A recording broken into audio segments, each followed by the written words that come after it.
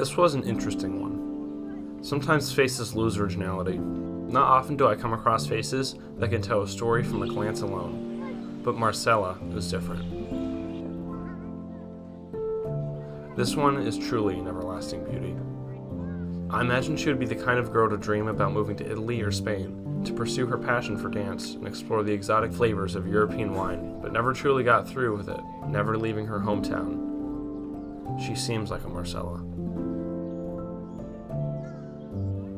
Oops. She caught my eyes glancing at hers. It's a fun little game I like to play. Why do strangers get so uncomfortable with slightly prolonged eye contact? It's the same every time. I glance, then I look and annotate. Sketch if they're worth it, making small notes about the person or any dialogue if I'm within range. Then, and this is the fun part, I stare. No, not in a creepy or invasive type of way, just in the way that bird watchers watch birds, except people are more interesting. Everyone has their own type of walking pace, vocal timbre, space between the end of their ear and their jawline, and it's intriguing. Sometimes, like Marcella, they see me looking. Not often, but I'll admit, I'm not as good as I'd like to think I am. I never talk to them, hardly ever go on my way to see them again either. I'll see her again. Darren. This one looks hard at work, studying and taking notes. I get the impression that he's uniquely smart, probably top of his class from the way he's calmly absorbing the information presented in that heavy textbook. We all have our passions, I guess. His being studious, mine being watching. I used to like bird watching. Not for long, just as a curious 7-year-old with too much free time. But I got tired of birds quickly.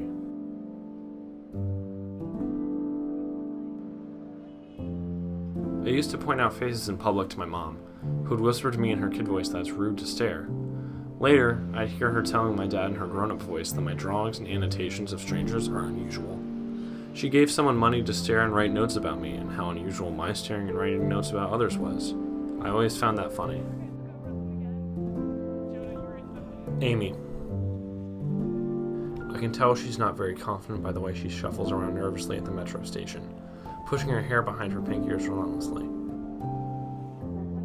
I picture her as the really timid, soft-spoken high school girl, probably in the drama club. No, stage crew. She hates attention, but really found herself in college. Amy.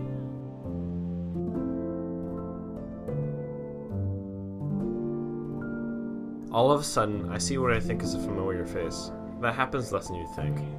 I live in solitude and don't really have many friends here in the city. Not that I'm not a likable person, though, just that most friends like to get together and do those tediously uninteresting things, like playing golf or watching a baseball game, not observing strangers. As I look closer, I see a flash of bright red lipstick and look up to see a girl with green eyes scribbling in her journal. Marcella.